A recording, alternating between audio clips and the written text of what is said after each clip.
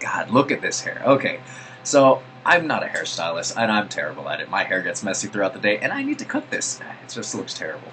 Anyway, so it is day number 8 of the Velocity Diet, and I'm really glad that you're keeping it up with me. So, alright, some of you may experience bitterness when you're eating your shakes. For me personally, I hate the chocolate flavor. I really have to water it down, and then it tastes okay. It says chocolate milk, but personally, I don't like it. My favorite so far is the banana. The banana goes fantastic with everything.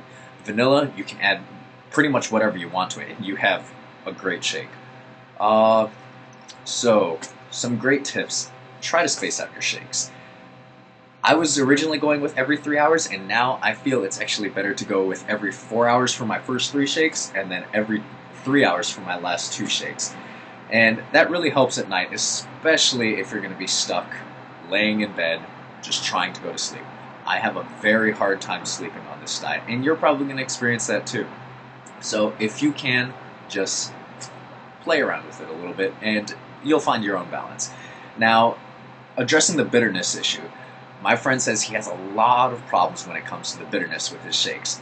And what I actually found out, and what you'll actually notice with your shakes, is they contain a little bit of sodium, salt, and salt really helps counteract a lot of the bitterness inside of foods.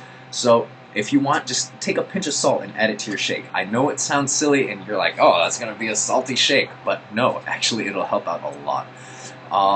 I prefer adding a little bit of salt to the chocolate shake because that brings out a lot of its sweetness, because I personally find the chocolate disgusting, and some shakes taste better when they're thick and some taste better when they're thin.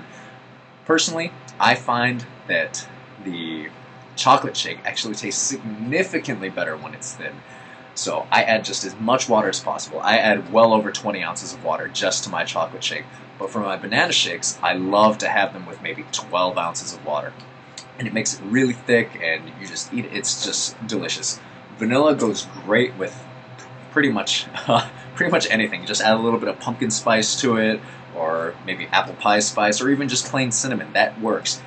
Make sure there's no sugar added to it, though. That's cheating. Don't add a Splenda to it. I'll explain that in another thing, how your body reacts with artificial sweeteners and things like that. And try to avoid diet sodas, diet drinks in general, if you can. One thing that I would recommend, pre-workout, try to get an energy drink in, sugar-free energy drink. A lot of people are going to say, oh, I drink Rockstar. No, or Monster. No. Avoid those things. What you want to do, if you can handle it, go down to Walmart. They actually have this energy drink called Redline. Drink only a half a bottle at a time. It's 4 bottles for $10, and it's 316 milligrams of caffeine per bottle.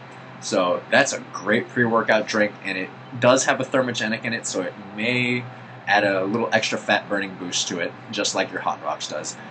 But other than that, there's not really a lot to update. So keep it up, guys. I will be here cheering you on, and as always, peace.